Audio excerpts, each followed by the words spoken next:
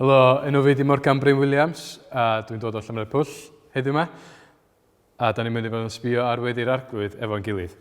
Ac wrth weddio Gweddi'r Arglwydd, fe da ni chydig bach bod fel robots gydran. Just yn deud y geiriau, ella'n ffyddlon bob dydd, ella fel sy'n mewn rhai capeli yn ei gannu fo, ond heb feddwl am y gwir ystyr. Mae gweddi yn weithred arbennig iawn. Gweithred lle mae Iesu wedi rhoi y manual i ni yn y darn yma.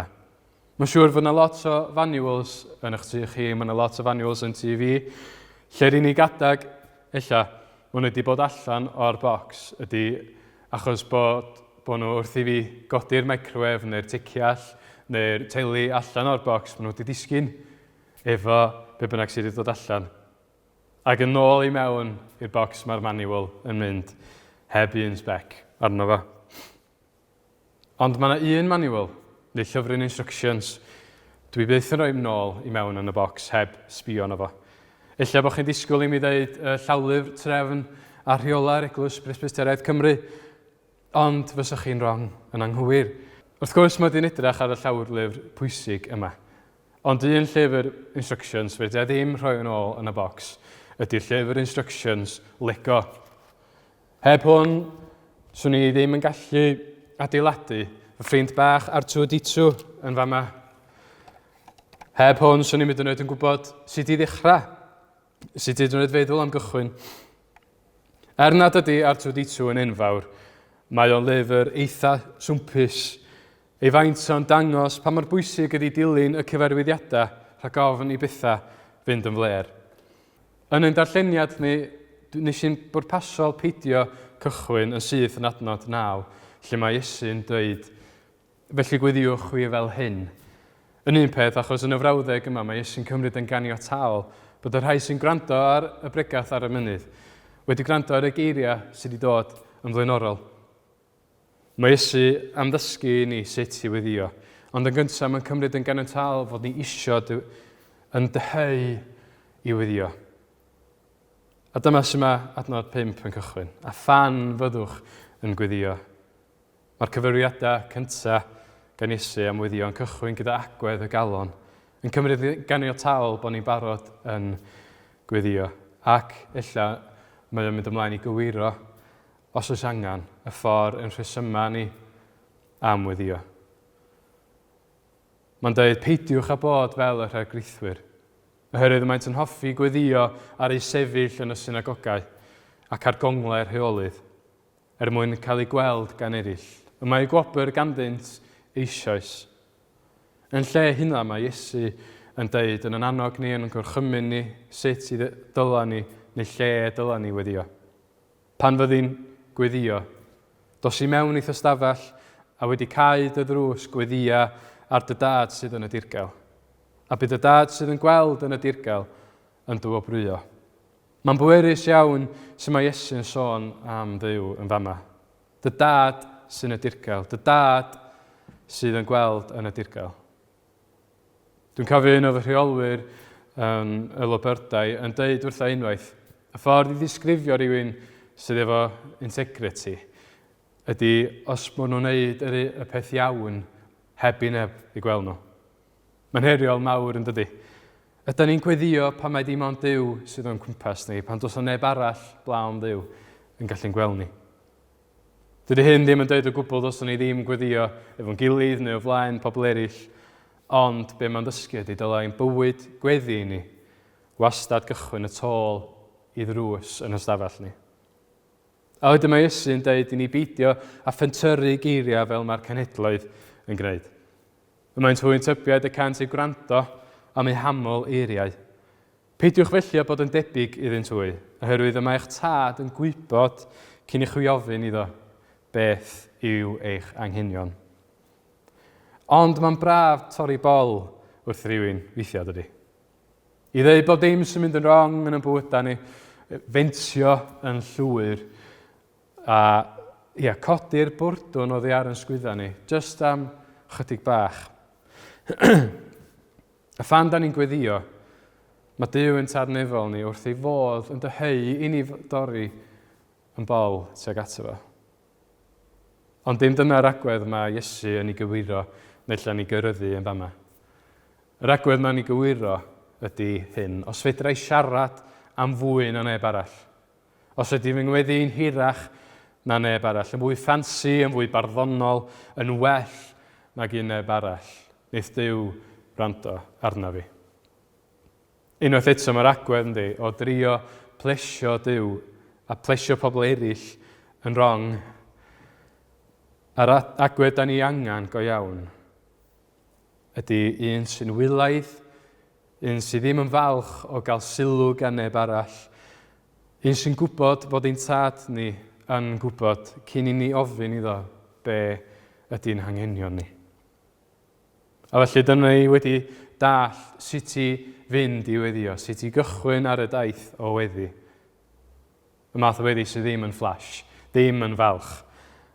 Ac wrth i ni ddarllen y manual mae Iesu'n rhoi i ni ymhellach, mae rhoi sut y dylan ni weddio, y gweddi cryno, y gweddi syml, gweddi llawn gwirionedda anrhythadwy efengyl Iesu Grist. Da ni wedi darllen y weddi yn fersiwn Beibl Cymraeg Newydd diwygiedig, ond be am i ni atgoffa yn gilydd, dwi glwad y cyfeithiad William Morgan. Ein tad rhwng wyt yn y nefoedd, sancteiddiau'r dy enw, deled dy deyrnas, gwneler dy wyllus, megis yn y nef, felly ar y ddeiar hefyd. Dyro ni heddiw ein bara benyddiol, a maddau ni ein dyledion, fel y meddiwn unau un dyledwyr. Ac nac aro ni brofedigaeth, eithyr gwared ni rhag drwg. Canos iddo ti yw'r deyrnas a'r nerth a'r gogoniant, yn oes oesoedd. Amen. A dyma'r crux.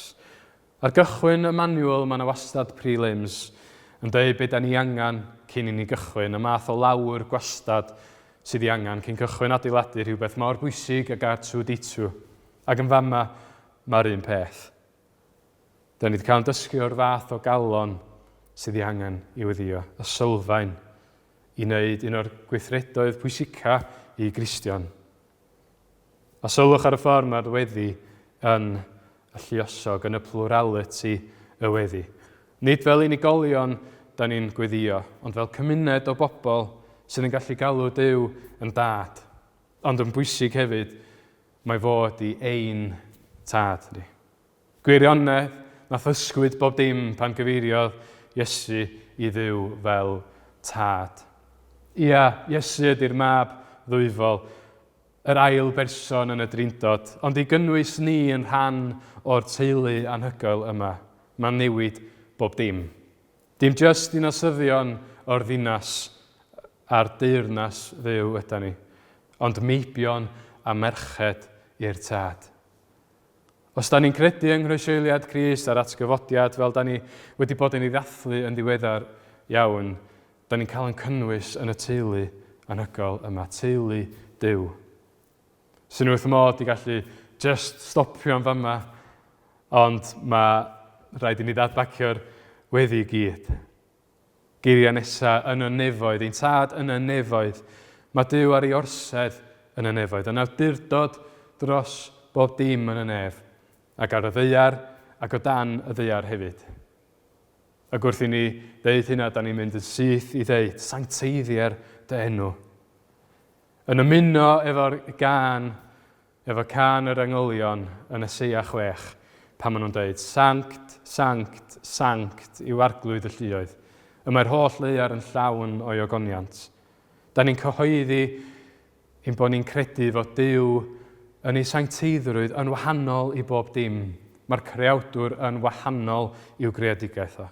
Duw di'r un sy'n perffaith, Duw di'r un sydd yn gwbl di-bechod. A da ni'n gweddio deled dy deyrnas.